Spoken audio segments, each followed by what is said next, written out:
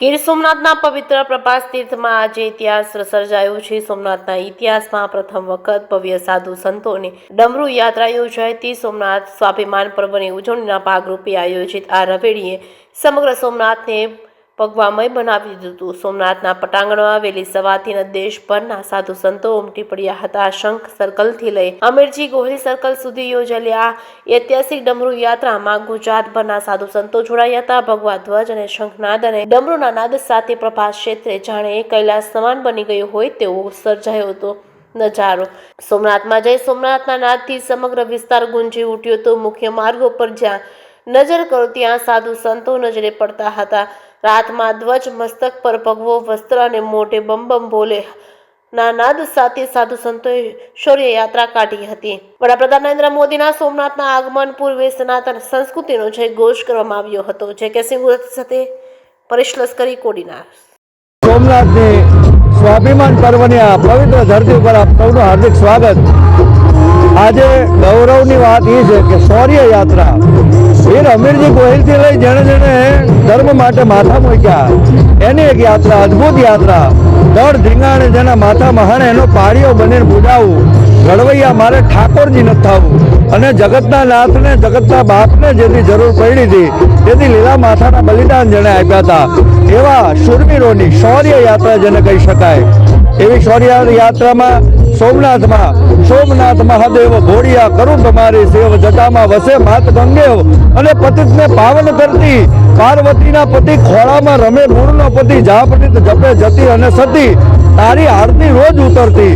એવી હજાર હજાર વર્ષના વાણા વાઈ ગયા અને જેની આરતી ઉત્તરોત્તર જેમ સૂરજ ઉગે અને ઉતરતી હોય, સૂરજ આથમે તોય ઉતરતી હોય, જેની દિવ્ય ચેતના, દિવ્ય જ્યોતિ, પહેલું જ્યોતિર્લિંગ ગુજરાતની ખમીરબંધી જનતા, ગુજરાતની આ અવસરને ઉત્સવમાં ફેરવવાવાળી એક ઉત્સાહની વાત।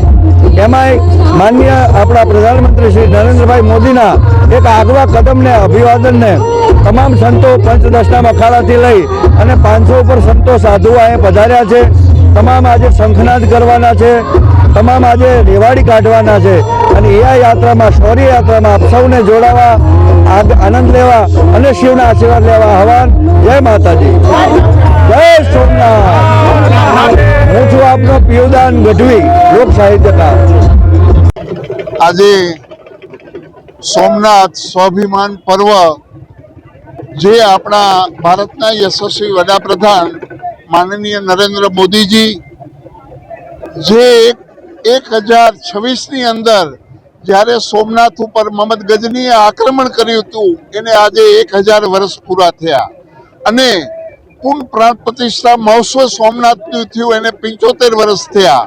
તો આજે ભારતના યશસ્વી વડાપ્રધાન એક મોટું આયોજન, જે એક આપણે સનાતન ધર્મ, હિન્દુ સમાજ જેના ઉપર ગૌરવ કરે એવું આજે એક આયોજન જે સોમનાથ સ્વાભિમાન પર્વ નામ નાખ્યું છે।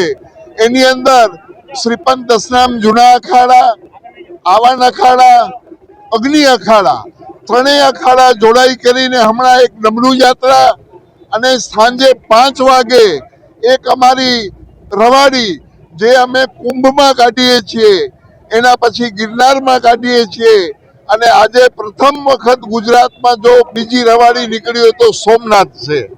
એના સિવાય ક્યારેય નાગા સાધુએ રવાડી કાઢી નથી અને આજે સાંજે 5 વાગે પાછી રવેડી અને સાધુ સંતોની એક શોભાયાત્રા નીકળશે અને અમે વડાપ્રધાન માનનીય નરેન્દ્ર મોદીજી, ગુજરાતના મુખ્યમંત્રી ભૂપેન્દ્રભાઈ પટેલ, નાયબ મુખ્યમંત્રી હર્ષભાઈ સંઘવી, એના ઉપર અમે ગૌરવ કરીએ છીએ કે જે અમારી સનાતન ધરોહર, અમારો સનાતન ધર્મ અને અમારો સોમનાથ મહાદેવ જેની એક આજે પૂજા અર્ચના કરી સાધુ સંતો પણ એની ધન્યતા અનુભવશે।